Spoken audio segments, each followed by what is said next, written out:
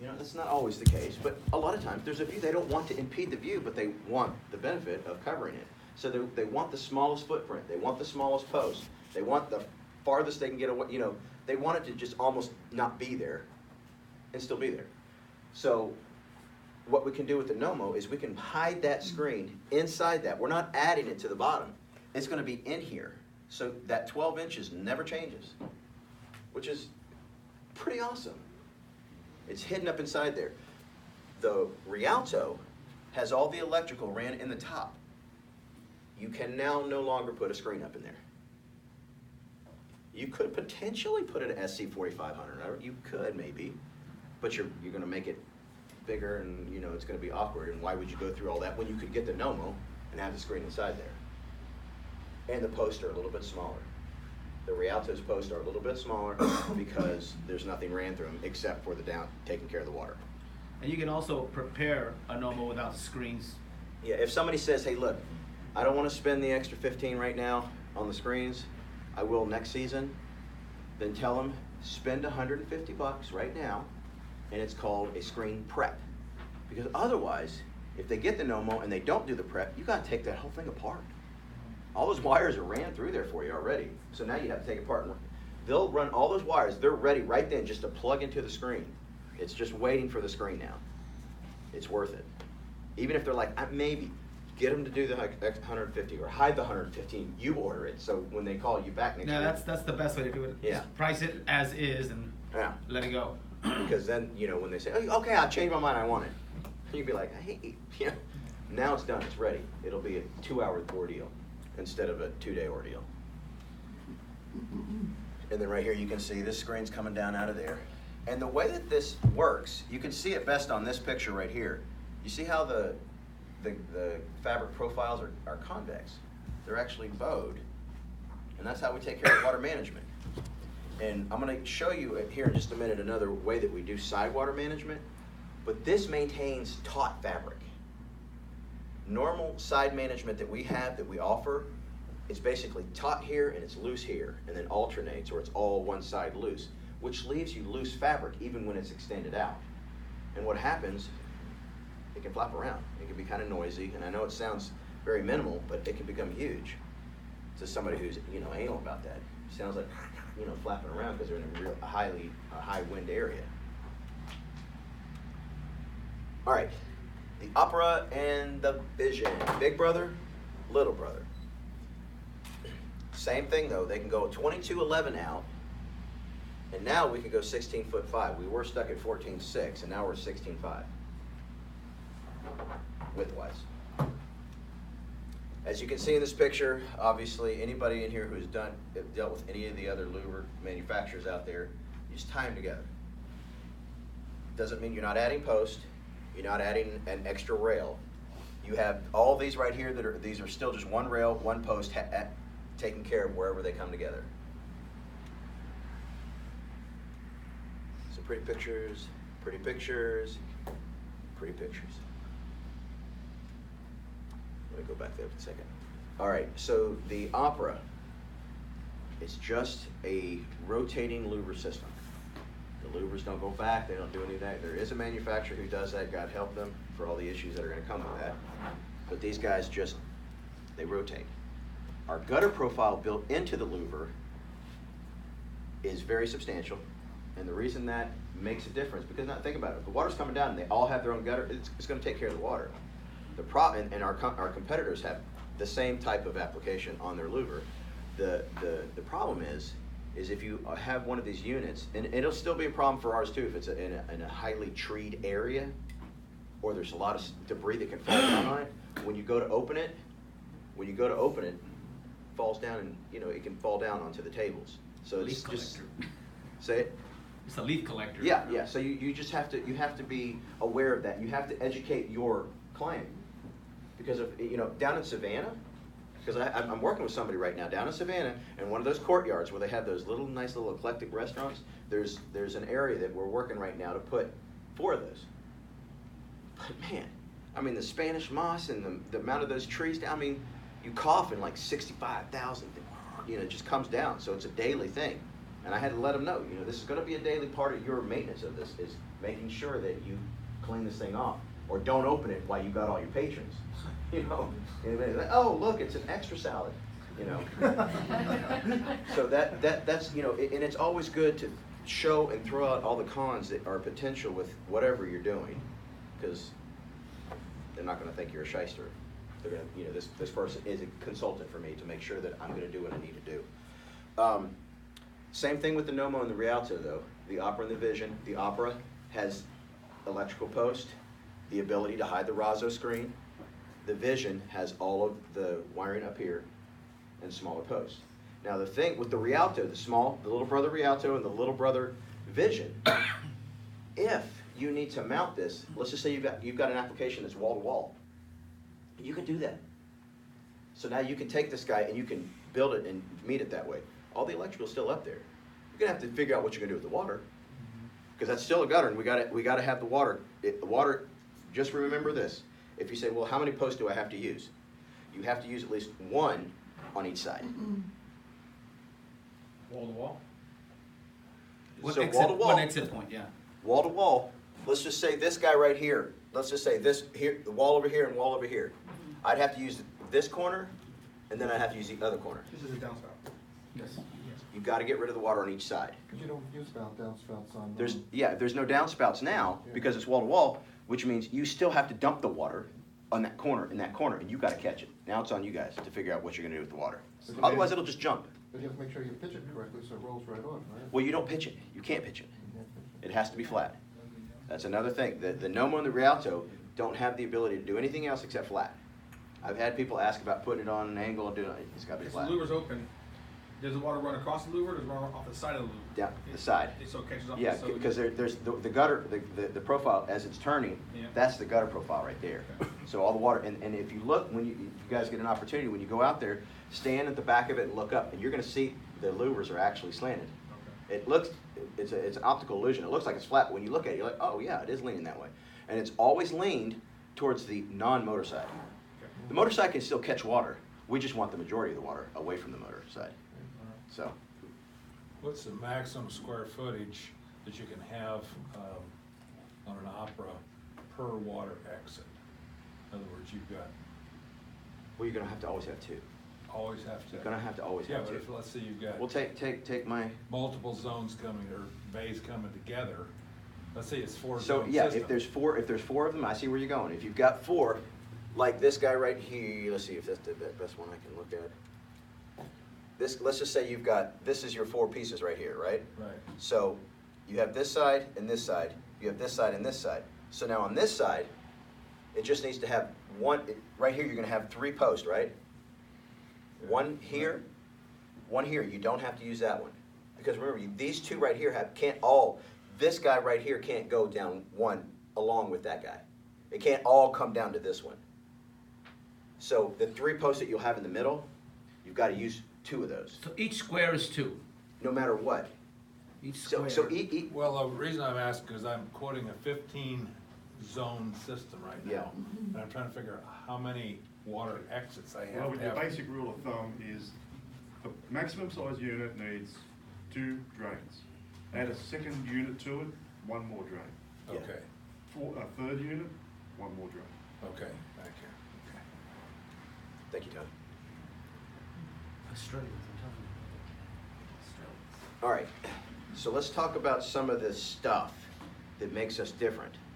Because we have competitors out there with it. We're not the secret scientists that have designed this nobody can understand, highly evolved pergola system. We're the only ones. No, we have plenty of people that are now making this. It's fabric. It's rolling on little trucks inside the extrusion. There's a motor. It's turning some tubes that make everything go in order together. I mean, it's pretty simple as far as the idea of it. I take anybody out there that's driving past our place right now. I put a Karate unit, I put a Duracell unit, I put a Bot unit, I put a Suntech unit, I put a Pratt unit. Everybody from Greece now, and everybody from Denmark, and everybody from Italy, the 20, 25 people making these things. I can take all their units, and if I take all their units and they have the similar system, they all do, and I set them all up next to each other, and then I get anybody out there and I bring them in the door and I say, what's the difference? They're gonna go, that one's darker. That's about it. Because they're gonna see 2 posts, they're gonna see 2 guide rails, they're gonna see fabric, and they're gonna be like, I don't know. That's not how we sell that. That's not how I sell that to you. How I sell it to you to make you excited about using that is the guy that's got to touch it. I have installed my competitors, and the first time I saw what they did with this right here, I was like, oh, thank the Lord Jesus. Somebody listened to my thoughts, because I've touched it. I know when you get to a situation where, guess what? It's not like it said it was going to be on the plans. Guess what? The wall was hollow there. Guess what? The electrician came and ran, and he put the outlet right there, and it needed to be 3 inches over to the left, and now it's right where my post needs. I mean, these things happen all the time. With our unit, the ability, I don't even know why this is even in there. You guys know how to attach a wall bracket to brick, comparatively speaking to wood, yes? It's going to be a different attachment. Wood, you're going to have a lag. Brick, you're going to have an expansion bolt. On your post, if it's in the wood, you're going to do your lag again, or you can do a through bolt. If it's concrete, you're going to core drill down. You're going to have an all thread. Use a 2-part epoxy. Sit it in there. Let it do its thing. Put your post on it. Tighten it down with a nut. I mean, that's pretty simple stuff. Again, site specificity on how it's going to be attached. If there's an issue and we need to talk about it, we're going to talk about it, right? That's pretty easy. What I want to talk about is our malleability in the field when you're installing. So who here has ever come to an installation site and everything was square like it was supposed to be? Everyone. Hey, they're all perfect. They're all plumb. They're all great. Anyway, we have this bracket. As you can see here, when the bracket mounts, that's what's mounted to the wall right there. When the bracket mounts independently of anything else, and when you get this product delivered to your site, you're going to open that crate. There's going to be a drawing in there, and it's going to show you the brackets. See, if you have a 2-bay system, you're going to have 3 guide rails, 3 of those brackets. We're going to give you the outside of where that bracket needs to be mounted, to the middle of the one, and then the measurement from the middle to the outside of that bracket. So you have exactly the dimensions you need to mount it. So there's no guessing work or, oh, let me look that back up, I don't remember. We supply that for you. The beautiful part is when with this bracket's up here, this guide rail has what we call a J-hook. It just clips down on it. And then there's an attaching bolt right on the underside. You can't see it in the picture, but there's just a bolt that holds it in place. But the beautiful part is while it's sitting there, it's not going anywhere. And guess what? If you need to go 2 inches, which if you have to go 2 inches, you did something wrong measuring. But if you got to go to the left, you got to go to the right. You can go to the left or the right on the wall. My competitors have a bracket that attaches directly to the guide rail, and you've got an oval hole of about 3/8 of an inch that you go left or right. Not going to be a whole lot of help. That right there can save your butt, and that's just the one thing. We also have a torsion bar mount. So if you can only put, just like you're mounting a lateral arm, if you've only got places where you can put the little E-bracket, and you want to put you got to span across a big space, like maybe there's like a doorway, but that's basically taking the place of your header because they don't want a big ugly thing there. You can use a torsion bar. That's just a header bar that we supply for our larger unit for the Mito and the Evo. We actually have brackets right here that slide inside of the extrusion. And again, that's going to be more expensive to you than going down to Home Depot and getting a 2x12 or or something like that to make your own ledger. And you're just going to it's just whatever the site application is. How picky are they? Do they not want to see? Do they want everything to be aluminum? It's just an option that you guys have. In the front, this is the next cool part. This is the guide rail. That's right, that's what I'm showing you right there, that corner right there. That's what this blow up is here. I just showed you where it's attached to the wall, right? I showed you the ability to go left and right. Right here, what my competitors do is they have this, I like to call this the H bracket, even though it looks like an L, so just work with me. If you looked at it the other way, it looks more like an H. This is H bracket, that's your gutter profile, that's your post. My competitors put all that together and they have 4 bolts that go 1, 2, 3, 4. So your bracket, your gutter, and your profile better be perfectly in line. Ain't gonna happen. Ask me how many times I said, screw it, give me the impact. A lot. That's not how our system goes together. Our gutter profile allows for the bracket and the post to be independent of each other, which is awesome. Because think about this. I want that post to be right there, but I want this guide rail to line up with the window mullion that's right above it. I can slide it over. And I can make that where I can go as much as 39 inches away from that post, either way, with that guide rail now. Because it's independent. It slides, that H bracket now, I can put it wherever I want on the top part of that gutter and it'll attach. And then the post is the same way. So my example of you show up, and this is not me making this up, I actually have to deal with this. You show up and the electrician came out there to put the outlets for the SC4500s to be plugged into. He just decided he didn't want to read the plans. He's like, about. So when I got there, it was sitting right there where my post needed to go. You move it. That's it. And it makes no difference, except when you have to move it, you got to remember screens. So it'll bring on some other issues, because if you've already ordered your screens, which we always suggest to try to, if you can, make that a 2-part install, so you can do an actual site measurement if you need to, if there's any question. So just remember, with all of these ways to do something, can have a ripple effect. But the point is we can move, we can manipulate on site. All right, there's another shot. See how it looks more like an H? See it? No? Don't see it? Okay, well, it's an H. All right, see this guy right here? We're talking about the heaters and the profiles. That's that profile right there. It's attaching to the back, comes straight back. That allows for the side mounting of the screens, and you can also run it across any post to the wall or back structure to hang on. And then right here, this is a better shot showing you how those are channels that are extruded into our gutter profile, so you can see how that, wherever you need it to go. There's some more pictures. Water management. It's how we manage the water. It's pretty cool. Anyway, I thought that was kind of funnier than you gave me, but no, be okay with that. We don't want it just to splash and flow and do whatever it wants. We want to be able to tell our client that, hey, we're professionals, we have an engineered product, and we're taking care of every aspect of your install, including where the water's going to go.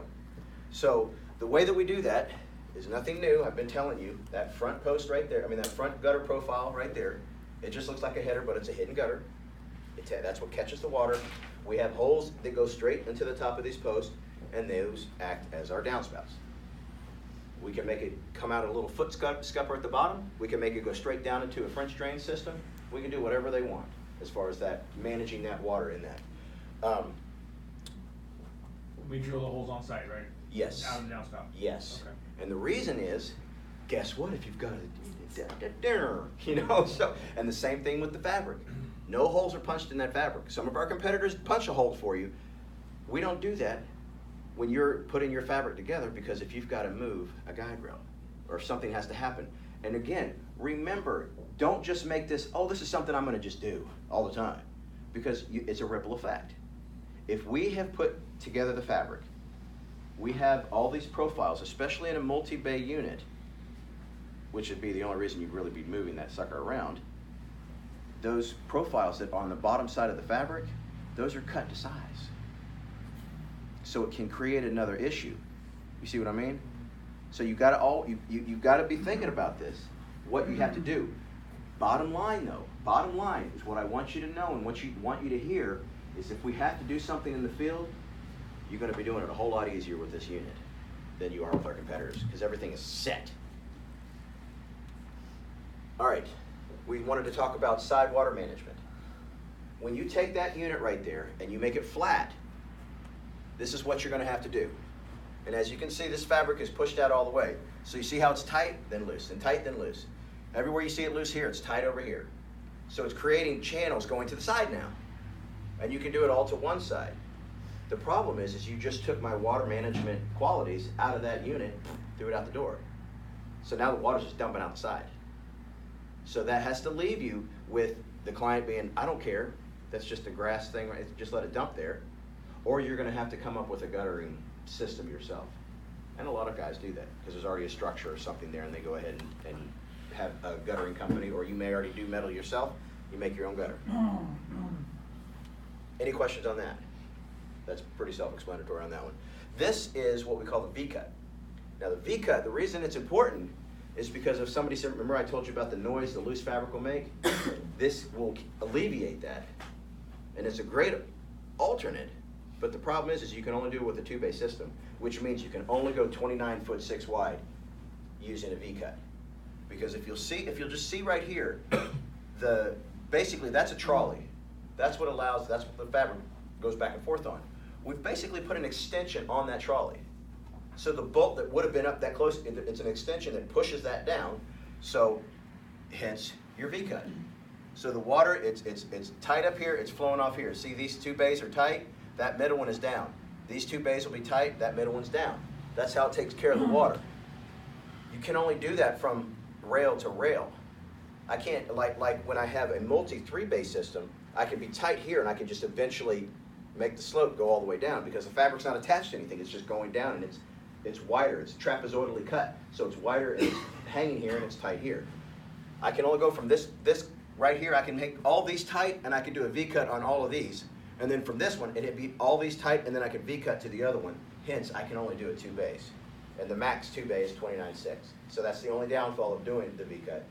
And also, some people, this is a good representation of the Phoenix right here that I was telling you about. That we can go 32, almost 32 and a half. But as you can see, there's no way to put screens. There's no way to use it for anything else except for this real pretty picture. So if you got somebody on a poolside, you got a really big job down in Barbados, and all they want is something like that, that's the unit you would show them. But that's the V-cut. Any questions on that? Okay. And then you can just do slack. You would think, well, who would only do that? We did, what's the condo there in Vero Beach? The CEOs? CEOs? You Was did that your that, mom right, and Ken? dad's? That was yours too, right? Who did that one? Yeah, Kent did one here. Oh, okay. Yeah. Well, that one, they actually put slack fabric, because you can't really use it for water management. It's all the same. So it's kind of like our undercover, but it's just made that way with the vinyl or acrylic or whatever they may want to use. It's an option. You know, if they say, I don't really care, it never rains here, I just want it for shade, and it needs to look cool, and I want it to hang. It just gives it a softer look. Yeah, it's an option. Are there grommets in the fabric to put the water out? Nope. Nope, that's a good, that'd be a great idea, but it's not, we don't offer it, and we don't really push that, so we're not trying to really make it that, but yes, you're absolutely right. We have some of our competitors and some of our dealers who make their own wire slides do that. What does it mean? What is that? That's just pulpy under That's just slack fabric. slack fabric? That's Yeah. It's just that? Yeah, it's just that, but with, obviously there's spacers just like you would with a wire slide. There's spacers to keep all of the swags evenly spaced. That's it. Again, you can tell I'm real excited about it, it's just an option though. It's pretty More crazy. decorative than under? It's the same idea, but it's just, again, in my mind, why in the hell would you spend that kind of money on just a shade product? But, and it has the capabilities of being both. Why would you not, that's how I would think, but you'd be surprised. It'd be crazy to put grommets in it, because then your rain would be inside. Well, but that's the point. Like wire slide systems, they put the grommets in it because just in case it does rain, it's not for rain, it's just for shade.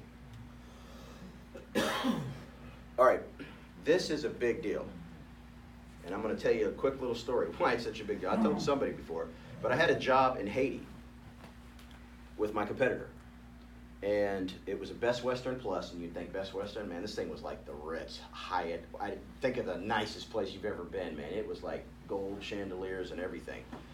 They ordered some wood units, and our competitors, instead of using this system that I'll explain, they used a double gasket system that was attached to the guide rail. So when the fabric was pushed out, that gasket pushed against the fabric, and that's how it kept the water from going out the sides.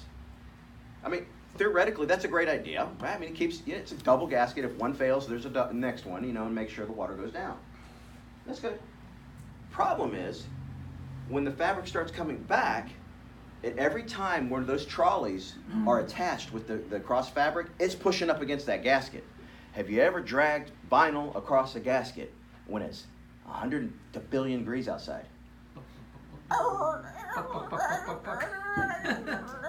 The whole way back.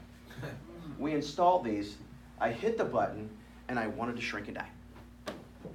Because this guy didn't just pay regular, I was on an island. We had to get it down. He paid a lot of money, and then I hit the button, and it's making all this noise. I'm like, it's supposed to do that? Wasn't real nice. But that is the reality. The way our unit handles that is we're not going to put something that's going to create drag. We did not put something that's going to create wear and tear other than what the wheels have to do as it's going back and forth. I don't want to create more. I want to try to take more away. So we've taken the side here, and on the end of each one of these cross fabric profiles is a little, we'll just call it a little ramp. And these little ramps, they just slide into place, and when it projects out, it's like having your fingers, and if Estelle was holding a piece of fabric right now, we pulled it tight, and then I pushed my fingers, it would force all the fabric to follow that whole line. And that's what it does in between there. So it basically creates a boat like that, so the water can't go over. That's how we handle it. So as it's going back and forth, it's never touching. And it works like jam. And then here's another one. Our competitors will not put together these fabric profiles for you. They will not slide it onto the fabric. They will not put the caps on. They will not make sure that the tightening screws are in there to pull the fabric tight for you so you don't have wrinkles. They're not going to do that for you. We'll do it for you up to 22'11" wide. That's as wide as we can go because past that won't fit crate. So up to that, we're going to put that all together for you. We're going to slide everything in. So you're basically picking the whole thing. I mean, it's done. And I'm going to tell you right now, we just saved you anywhere from 4 to 8 hours, depending on what kind of guys you had out there in the field. We just gave you a day of labor. I promise you, I'm not just saying that. I've done it 100 times. Saved you a whole day of labor by putting that together. So if you're 22'11" or narrower, your fabric is going to be already assembled for you. And then here's the cool part. The outside guide rails are going to always have a different connection. They're going to have, the trolley's going to be coming down. There's going to be a little white nipple style nut. So what happens, as you can see right here, this is what we call the click system. It's not a very good picture. But what happens is inside that end cap, when you go up, it just snaps around the nut. So instead of having to hold it in the air, get that nut on there, hey, quick, give me the 13, you know, which, ask me, I wasn't making that up, been there too many times. You snap the ends together. So if you have a one-base system like this, it's literally like, all right, number 1, click. Number 2, click. Number 3, click. You're just clicking in space. You don't, and it's already adjusted. That's what I'm looking for. So you don't have to go back and tighten it afterwards. It's where it needs to be. So once you go, you're done. You walk away. Huge. When we have a multi-bay, the technical one we put in Anthem? I thought so. Question? No, Oh. we installed a couple of Technic ones Yeah. on existing framework, and that was the first time I used the It was snap. awesome, right? Yeah. Yeah, no doubt. And if you have a multi-bay unit, you're going to have what we call a barrel nut. And you just take the barrel nuts off of the middle bays, and once you click those in, that trolley is sticking through, and that barrel nut just goes inside of the cross fabric, and those are the ones you have to tighten up. But you're not holding up this whole freaking thing anymore. So the installation of the cover is night and day from our competitors. Any questions on that?